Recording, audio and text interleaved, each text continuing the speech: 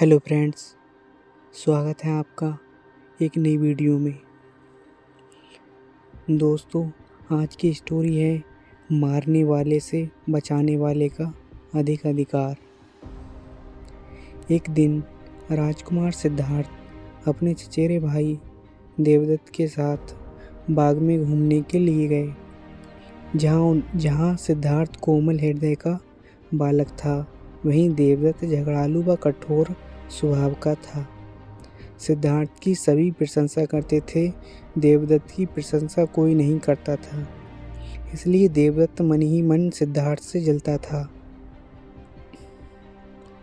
जहाँ वे दोनों घूम रहे थे, उनसे थोड़ी ही दूर पर एक हंस उड़ रहा था। उस हंस को देखकर सिद्धार्थ बहुत प्रसन्न हो रहा था। तभी देवदत्त ने कमान पर तीर चढ़ाया और हंस की ओर छोड़ दिया। तीर सीधा जाकर हंस को लगा।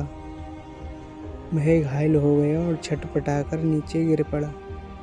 सिद्धार्थ ने दौड़कर उस घायल हंस को उठाया।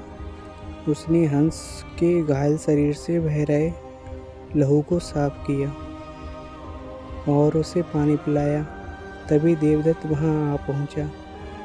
उसने क्रोध से सिद्धार्थ की ओर देखा और बोला, इस हंस को चुपचाप मुझे दे दो। सिद्धार्थ, इसे मैंने तीर मारकर नीचे गिराया है। नहीं, सिद्धार्थ ने हंस की पीठ चलाते हुए उत्तर दिया, मैं इस हंस को तुम्हें नहीं दे सकता।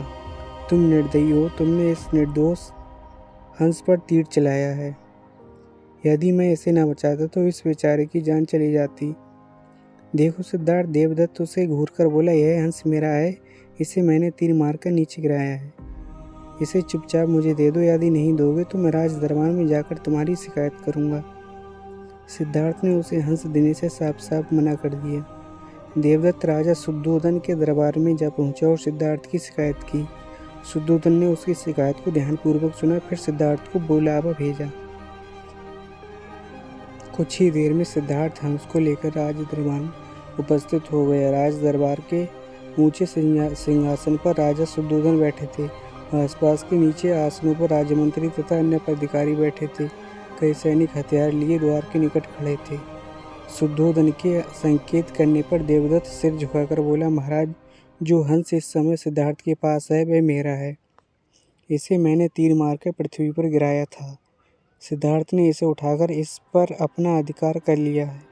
यह हंस मेरा है, कृपया इसे मुझे दिलाया जाए। राजा शुद्धोधन ने सिद्धार्थ की ओर देखा और बोलने की ओर संकेत दिया। सिद्धार्थ ने सिर झुकाकर शांत स्वर में कहा, महाराज, यह हंस निर्दोष है। यह बिना किसी को कोई कष्ट दिए उड़ा जा रहा था। देवदत्त ने इसे तीर मारकर घायल कर दिया। मैंने इसका उपचार किया, इसके प्राण बचाया। मैं समझता हूँ कि प्राण लेने वाले से अधिक प्राण बचाने वाले का अधिकार होता है। मैं आपसे प्रार्थना करता हूँ कि यह हंस मेरे पास ही रहने दिया जाए।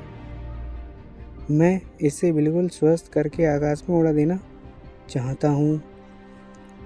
शुद्धोधन ने अपने सभासदों से विचार विमर्श किया। वे सभी एक ही स्वर में बोले, महाराज, राजकुमार सिद्धार्थ का कहना बिल्कुल ठीक है। जीवन लेने वाले से बचाने वाले का अधिक अधिकार होता है, अतः अंश राजकुमार सिद्धार्थ के पास ही रहने देना चाहिए।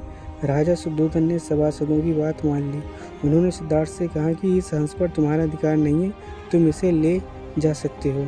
सिद्धार्थ हंस को लेकर प्रसन्नता पूर्व अपने भवन की ओर चला गया। उसने प्रेम पूर्वक उस हंस का उपचार किया। वह बिल्कुल ठीक हो गया तो उसने उसे उसके घोंसले की ओर उड़ा दिया। देवदत्त सिद्धार्थ से पहले ही ईर्ष्या करता था। इस घटना के बाद तो उसकी ईर्ष्या और भी